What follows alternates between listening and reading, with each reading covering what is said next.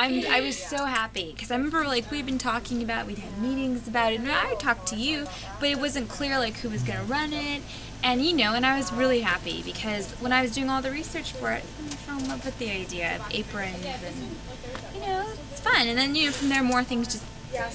Your email that I kept, but I mean not to blackmail you or anything like that, but it talks about your grandmother, and it's good, that's the whole thing. Is you go aprons. You know, when I really think about aprons, you know that reminds me of the time. Yeah. Right. Yeah. So what is all this? This is the graphics art.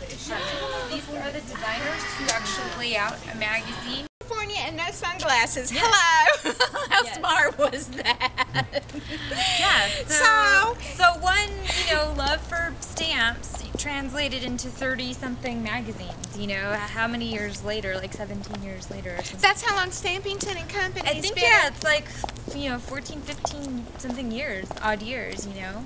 And you've been here 2.5. 2.5 years. Yeah.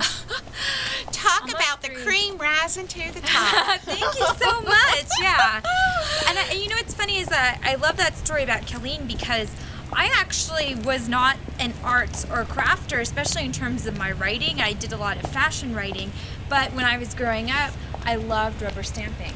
So it's like a similar story, and that's kind of like when I interviewed here, I was talking about how much I loved rubber stamping and I loved, you know, car making, and that's kind of what got me hired and got me in here. So who would have thought liking rubber stamps and a little kid would end up to being with the apron lady.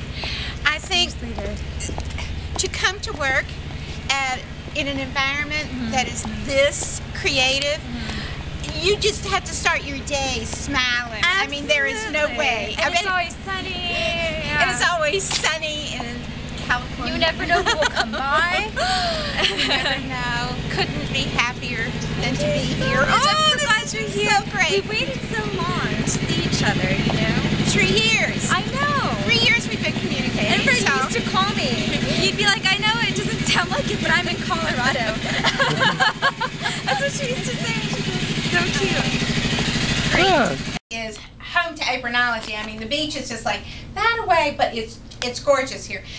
But that's not the whole point. The whole point is Beth Livesay, editor of Apronology magazine. I didn't realize that while you were sold out that we had a few copies. And me, Ellen Ann, here at the headquarters. Time went on, an apron, of course, a whole bit of apron love is going on, and I just could not be happier to finally have met you after 3 years. Thank you so much for coming by. So what do we want to say to everybody? We want to say Apronology 4 coming up. September 15th, Deadline. 2011. Deadline, September 15th, Yes. 2011. Yes. So everybody, time to put stitch to idea and get going. Okay. Yes.